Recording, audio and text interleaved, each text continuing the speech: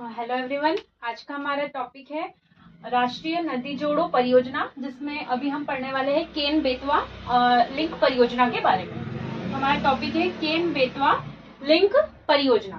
सबसे पहले हम देख लेते हैं केन और बेतवा नदी का उद्गम। तो हम बनाएंगे सबसे पहले एमपी का मैप। तो ये है हमारे एमपी का प्रतीकात्मक मैप।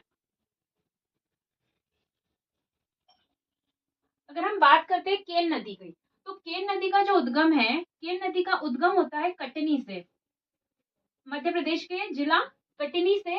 केमूर पहाड़ी से किसका उद्गम हो रहा है? केमूर पहाड़ी से होता है केन नदी का उद्गम। और केन नदी का उद्गम होता है और ये उत्तर प्रदेश में यमुना नदी से मिल जाती है।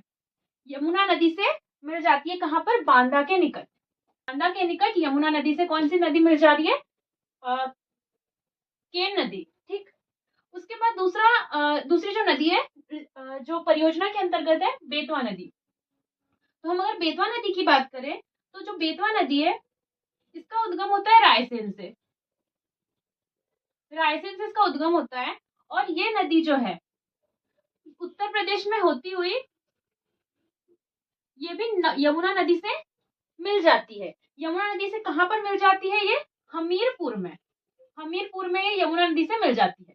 तो देखा जाए तो ये जो दोनों नदियां है, ये किसको सिंचाई और पेयजल के लिए पानी उपलब्ध कराती है? तो ये करवाती है मध्य प्रदेश और उत्तर प्रदेश। तो मध्य प्रदेश और उत्तर प्रदेश की ये जो परियोजना है केन बेतवा लिंक परियोजना, इसका कल प्रधानमंत्री मोदी जी द्वारा, पीएम के द्वारा 25 दिसंबर 2024 को अटल बिहारी वाजपेयी की जो 100वीं जन्म गांठ है, 100वीं जन्म गांठ, ठीक है, जन्म गांठ के अवसर पर केन बेतवा लिंक परियोजना की क्या रखी गई है?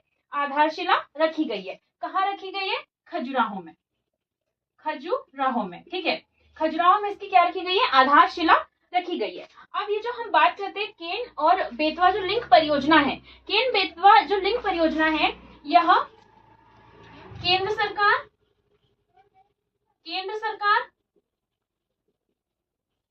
एमपी गवर्नमेंट और यूपी गवर्नमेंट, इन तीनों की संयुक्त परियोजना है, जिसमें जो होगा केन नदी है, केन नदी का जो पानी है वह बेतवा नदी में स्थानांतरित किया जाएगा। क्यों? क्योंकि ये जो क्षेत्र है बेतवा नदी का क्षेत्र, ये जो एरिया है इसको हम बुंदेलखंड का एरिया कहते हैं, जो उत्तर प्रदेश और मध्य प्रदेश में पड़ता है। तो जो बुंदेलखंड का एरिया है यह सूखा प्रभावित क्षेत्र है, जिसके कारण यहाँ पर पानी की उपलब्धता नहीं हो पाती है। इसीलिए जो नदी है हमारी केन नदी, इसमें बहुत सारा पानी है, मतलब इसमें जो रहना चाहिए जिस मात्रा में पानी, उससे ज्यादा उपलब्धता है। तो इसी वजह से यहाँ का पानी किस क्षेत्र में? बुंदेलखंड क्षेत्र में स्थानांतरित किया जाएगा, ताकि जो ये बुंदेलखंड वाला क्षेत्र जो सूखाग्रस्त क्षेत्र है इसे क्या किया जाए? सिंचित किया जा सके, यहाँ पे पानी की उपलब्धता सुनिश्चित की जा सके। तो यहाँ पर क्या होगा? केन नदी का पानी बेतवा नदी में स्थानांतरित किया जाएगा। अगर हम इसकी लागत की बात करते हैं, तो इसकी लागत है 44,605 करोड़। ये जो परियोजना बनने वाली है इसकी लागत कितनी निर्धारित की गई है? 44,605 करोड़ इसकी लागत बनाई गई है। और इससे मध्य प्रदेश के 6 जिले इससे क्या होंगे? सिंचित होंगे। मध्य प्रदेश के 6 जिले इसमें सिंचित होंगे, जिससे 44 लाख लोगों को क्या होगा? पेयजल की उपलब्धता होगी। वहीं उत्तर प्रदेश में 21 लाख लोगों को पेयजल की आपूर्ति की जाएगी इस परियोजना के तहत। अब इस परियोजना में क्या होने वाला है कि जो पन्ना टाइगर रिजर्व है, यहाँ पर जो एरिया है छतरपुर वाला, यहाँ पर कौन सा टाइगर रिजर्व है? पन्ना टाइगर रिजर्व। तो पन्ना टाइगर रिजर्व में जो केन नदी है, पन्ना टाइगर रिजर्व में जो केन नदी है, उस पर केन नदी पर एक बांध बनाया जाएगा जिसका नाम है दोधन बांध। दोधन बांध ये कहाँ बनाया जाने वाला है? दोधन बांध ये बनाया जाने वाला है छतरपुर में बनाया जाएगा। अगर क्वेश्चन आता है कि छतरपुर की किस तहसील में ये बांध बनाया जाएगा, तो ये इसका नाम है बिजावर तहसील। बिजावर तहसील, छतरपुर की बिजावर तहसील में दोधन बांध बनाया जाने वाला है। दोधन बांध के बारे में हम देख लेते हैं। तो दोधन बांध की अगर हम लंबाई की बात करते हैं तो दोधन बांध की जो लंबाई है वो कितनी होने वाली है? 221 किलोमीटर। 221 किलोमीटर इसकी लंबाई होगी। साथ में 2 किलोमीटर की यहाँ टनल बनाई जाएगी। 2 किलोमीटर की क्या बनाई जाएगी? सुरंग, टनल भी यहाँ पर बनाई जाएगी। अगर हम इसकी लंबाई की बात करें तो इसकी अगर हम ऊंचाई की बात करें तो यह 77 मीटर ऊंचा होगा। ये बांध 77 मीटर ऊंचा होगा और इसकी लंबाई कितनी होगी? 221 किलोमीटर लंबा होगा और 2 किलोमीटर की इसमें सुरंग भी ऐड की जाएगी। ठीक है, यहाँ तक के समझ आया?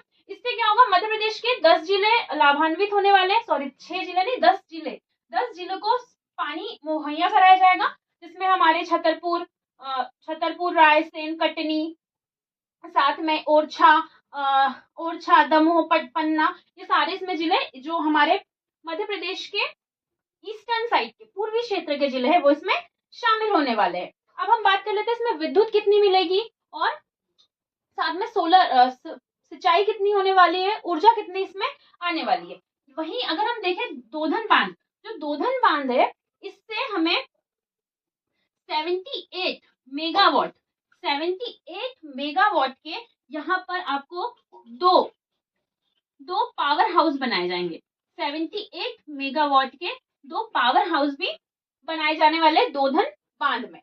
इससे क्या होगा? दोधन बांध से जो ये क्षेत्र है इसमें सिंचाई और पेयजल की आपूर्ति की जाने वाली है। अगर हम इसकी बात करें तो यहाँ पर ओवरऑल अगर हम बात करें तो overall 10.62 lakh hectare 10.62 lakh hectare जो है वो भूमि की क्या की जाएगी? सिंचाई की जाएगी। अगर क्वेश्चन आता है कि 10.62 लाख हेक्टेयर भूमि में मध्य प्रदेश का कितना क्षेत्र आने वाला है, तो मध्य प्रदेश का इसमें जो क्षेत्र है वो मध्य प्रदेश का 8.11 लाख हेक्टेयर जो क्षेत्र है वो मध्य प्रदेश का इससे क्या होने वाला है?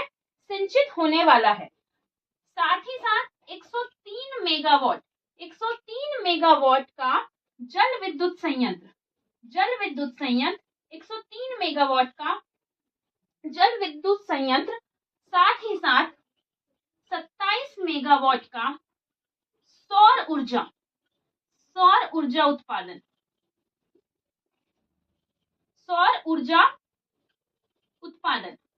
27 मेगावाट सौर ऊर्जा का उत्पादन किया जाएगा। 103 मेगावाट जल विद्युत का उत्पादन होगा इस जो दोधन बांध बनाया गया इससे, और 27 मेगावाट का सौर ऊर्जा उत्पादन इसमें होने वाला है।